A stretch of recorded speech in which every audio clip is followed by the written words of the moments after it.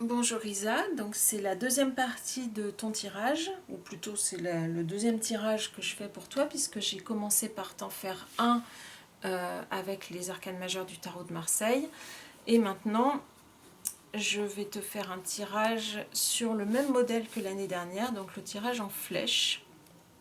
Et ce que je vais essayer de faire, c'est que je vais essayer de faire un tirage rapide, c'est-à-dire vraiment de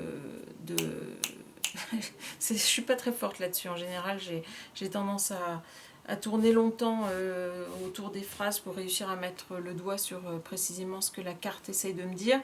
Et là, je vais essayer d'être un peu plus rapide et de mettre le doigt direct sur l'essence de ce que la carte me dit. Bon, c'est un exercice, on va voir si ça marche. Si ça se trouve, je vais mettre 1 heure comme d'habitude. On va voir.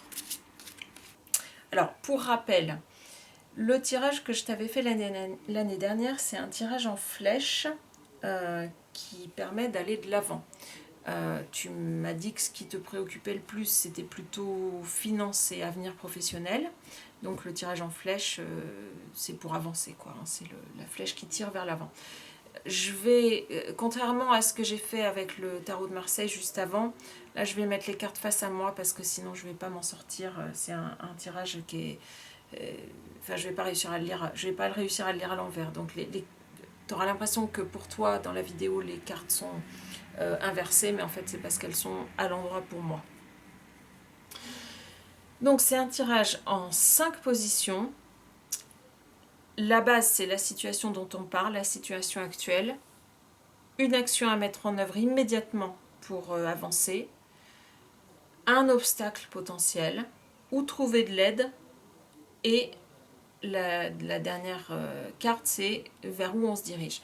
Donc je te le reprendrai en photo et je te le remettrai pour que tu l'aies sous les yeux. Mais je te le montre là. Voilà, tirage carte 1, 2, 3, 4, 5 avec les explications en dessous. Voilà, si tu veux poser la vidéo, hop. Mais de toute façon, je te ferai une photo. Alors encore une fois, je vais mélanger et me taire en même temps. Donc si c'est trop long, je couperai la vidéo. Il faut que je me concentre.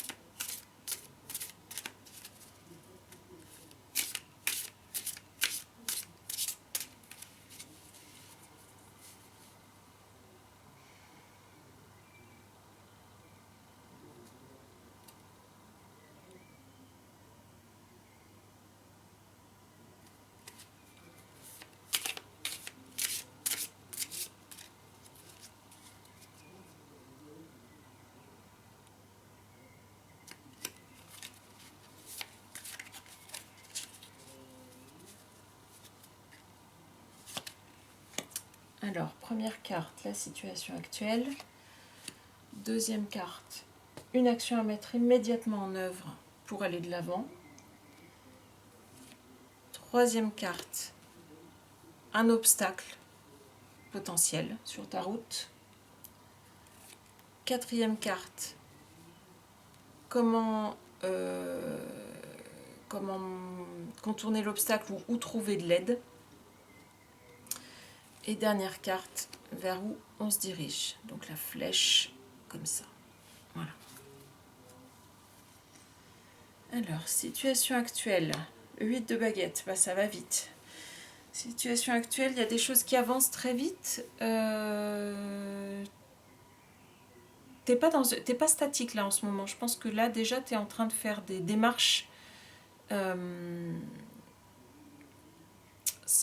Soit tu as un emploi en vue, soit tu es en train j'imagine que de toute façon tu fais des démarches pour retrouver un boulot, mais le 8 de baguette il avance super vite, donc je te ferai encore une fois, je te ferai des photos des cartes, hein. Mais tu vois, c'est pas statique, hein, il se passe pas rien. Il y a déjà quelque chose qui est en route et qui avance très vite, il y a déjà quelque chose de lancé. Les bâtons en plus, on est sur une bonne... c'est une bonne suite pour tout ce qui est professionnel, puisque c'est la suite de l'ambition, des projets, c'est la suite du moteur qui avance. Donc, ça avance vite, on dirait. Il y a quelque chose qui a démarré en tout cas. Une action à mettre immédiatement en œuvre pour aller de l'avant. Le 7 d'épée. Alors, le 7 d'épée, à l'inverse du 8 de bâton, il est beaucoup plus immobile. Les 7 en général, c'est pas des chiffres faciles, c'est plutôt des chiffres un peu, enfin des nombres. En numérologie, c'est plutôt un nombre un peu prise de tête. Et là, le 7 d'épée, donc traditionnellement, c'est la carte de la tromperie, du mensonge. C'est pas vraiment le cas dans ce jeu-là, puisqu'on n'a pas l'illustration traditionnelle du 7 d'épée avec l'illustration traditionnelle dans le Rider-Waite-Smith où on a un bonhomme qui est en train de voler des épées et de s'en aller discrètement. Donc dans ce jeu-là, on a plutôt un 7 d'épée qui est beaucoup plus tourné vers la qualité des épées, qui est la suite de l'intellect et du creusage de tête. Et comme on est sur un 7, et donc sur le 7, c'est un moment où il y a un nœud, c'est pas un chiffre lisse, c'est un chiffre où il y a un conflit et il y a des choses à dénouer. Donc quelque chose à mettre en œuvre tout de suite, c'est se creuser la tête pour essayer d'attaquer les problèmes de façon logique et rationnelle. Donc on est bien dans la suite d'épée. Le 8 de baguette, il avance très très vite, donc les choses sont lancées.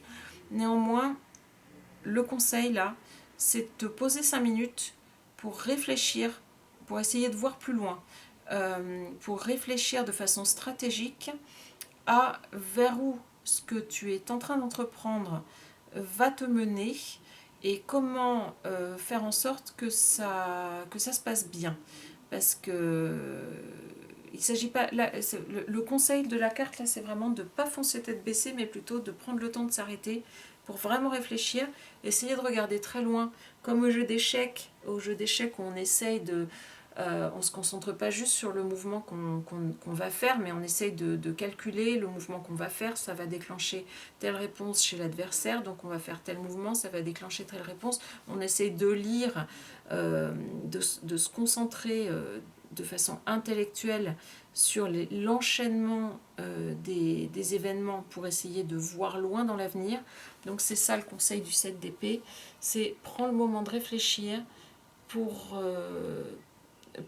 prévoir bien ce qui va se passer avec plusieurs coups d'avance.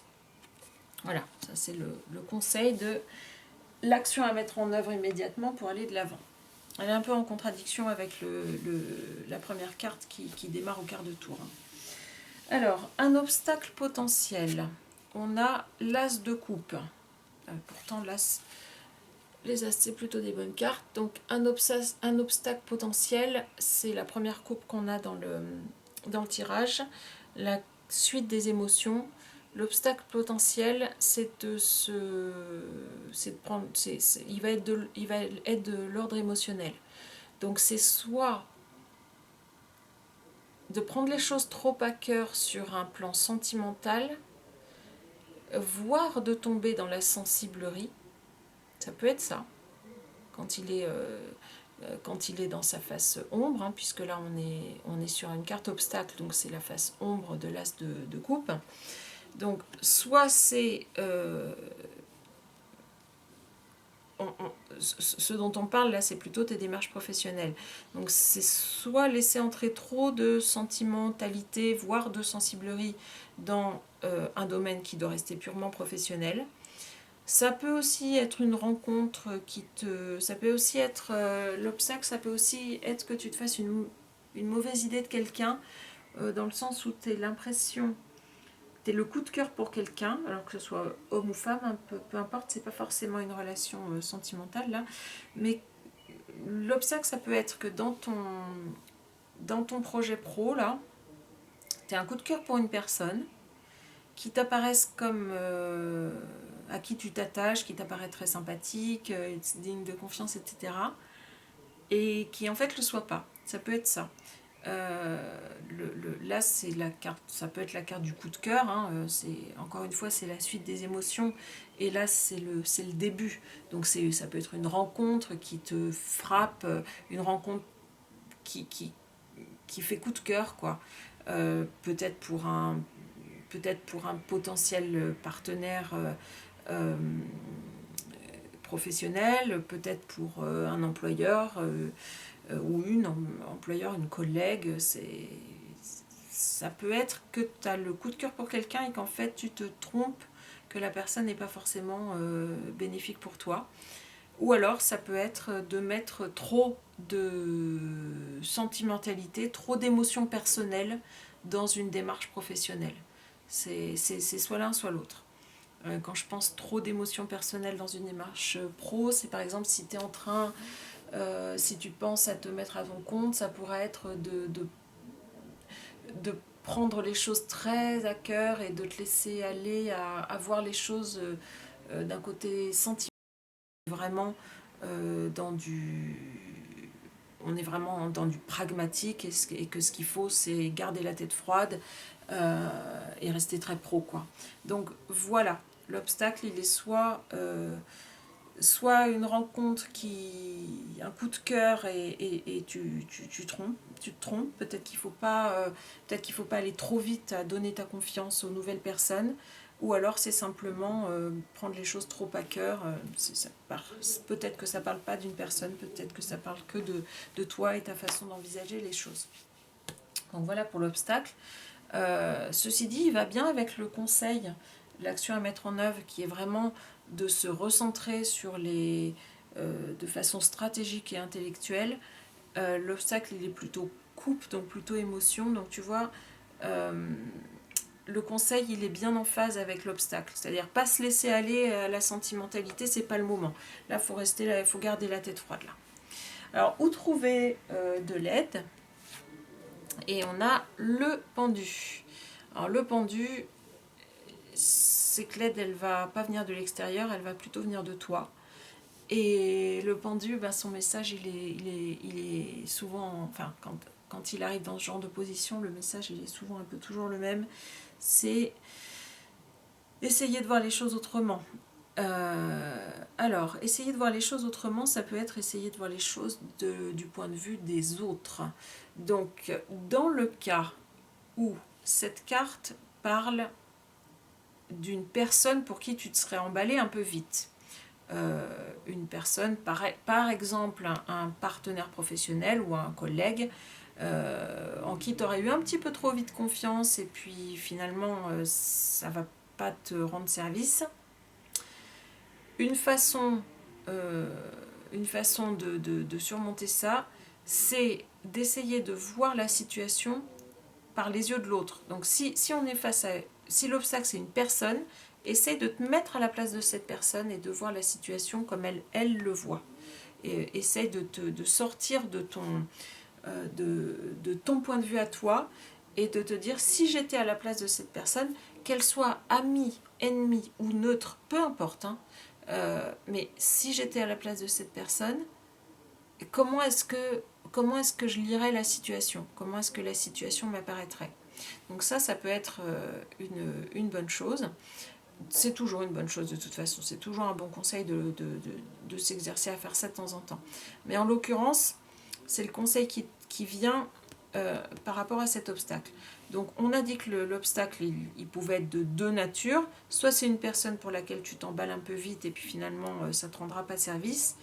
essaye de voir la situation à travers les yeux de cette personne-là. Essaye aussi de voir la situation à travers les yeux d'une tierce personne.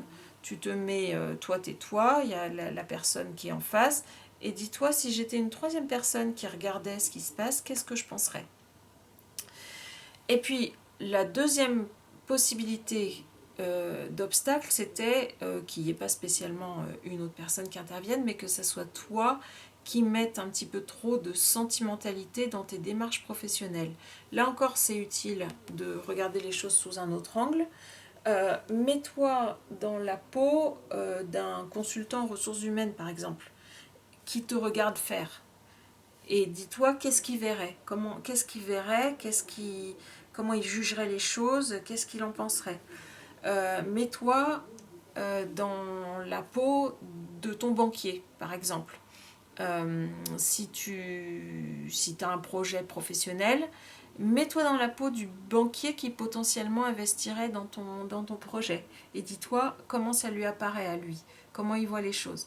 Donc c'est le conseil du pendu, c'est de voir les choses, enfin dans ce cadre de figure, hein, parce qu'ils peuvent vouloir dire un tas d'autres choses, le pendu, mais dans ce cas de figure ici, le conseil c'est changer de point de vue. Donc sors de ton point de vue et objectivise la situation. Et ça rejoint, encore une fois, ça rejoint vraiment très bien la carte de l'action à faire tout de suite, qui était de se pencher rationnellement sur la situation et d'examiner de façon intellectuelle et rationnelle la situation sous tous ses angles. Ça va bien avec, puisque quand on fait ça, quand on examine la situation sous tous ses angles, forcément, on est obligé de la rendre objective, donc de se mettre à la regarder sous plusieurs points de vue. Donc c'est très cohérent pour l'instant. Et enfin, la dernière carte, vers où on va, et vers où on va vers le grand prêtre. Donc le grand prêtre, dans ce jeu, c'est la carte du hiérophante, hein. L'arcane numéro 5. Ça veut dire que là, tu as beaucoup de choses à apprendre. Là, ce qui est en train de se passer, ça va être riche d'enseignement. Ça peut aussi vouloir dire... Alors, de toute façon, je pense que c'est le cas, que ça va être riche d'enseignement. Ce qui est en train de se passer là, cette direction-là, cette série de trucs qui se passent, où tu as un truc qui démarre super vite, on te conseille de prendre le temps de te poser pour réfléchir bien à la situation, essayer de voir loin et d'être très stratégique et de voir à long terme.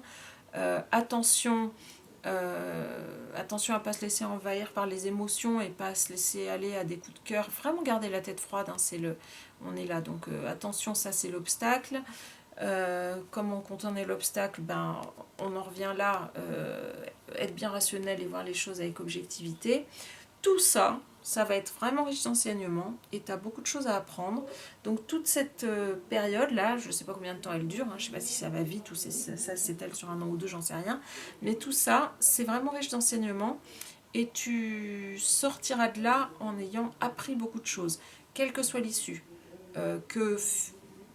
Que professionnellement ça se passe comme tu voulais ou pas, dans tous les cas, il y a une belle leçon de vie à en retirer et t'auras, même si au final, professionnellement ça se passe pas comme tu veux, t'auras appris beaucoup de choses dans cette situation et donc tu t'en sortiras gagnante de toute façon. Si ça se passe comme tu veux, tant mieux. Et si ça se passe pas comme tu veux, t'en auras retiré des enseignements précieux.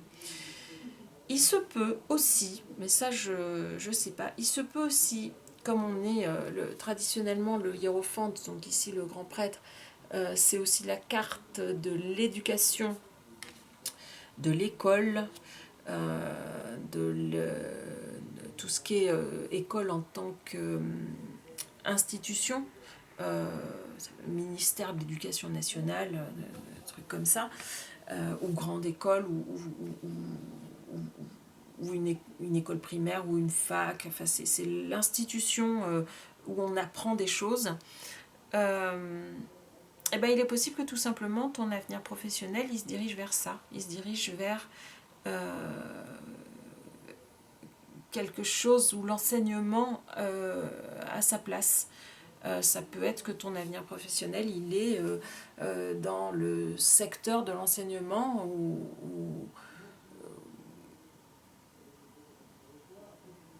ouais, je peux pas être plus précise que ça. Peut-être que... mais ça, c'est toi qui le verras.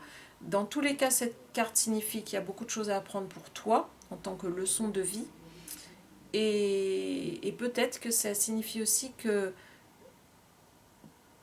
ton activité professionnelle vers laquelle tu te diriges, là, elle a quelque chose à voir avec la transmission de savoir, la transmission de...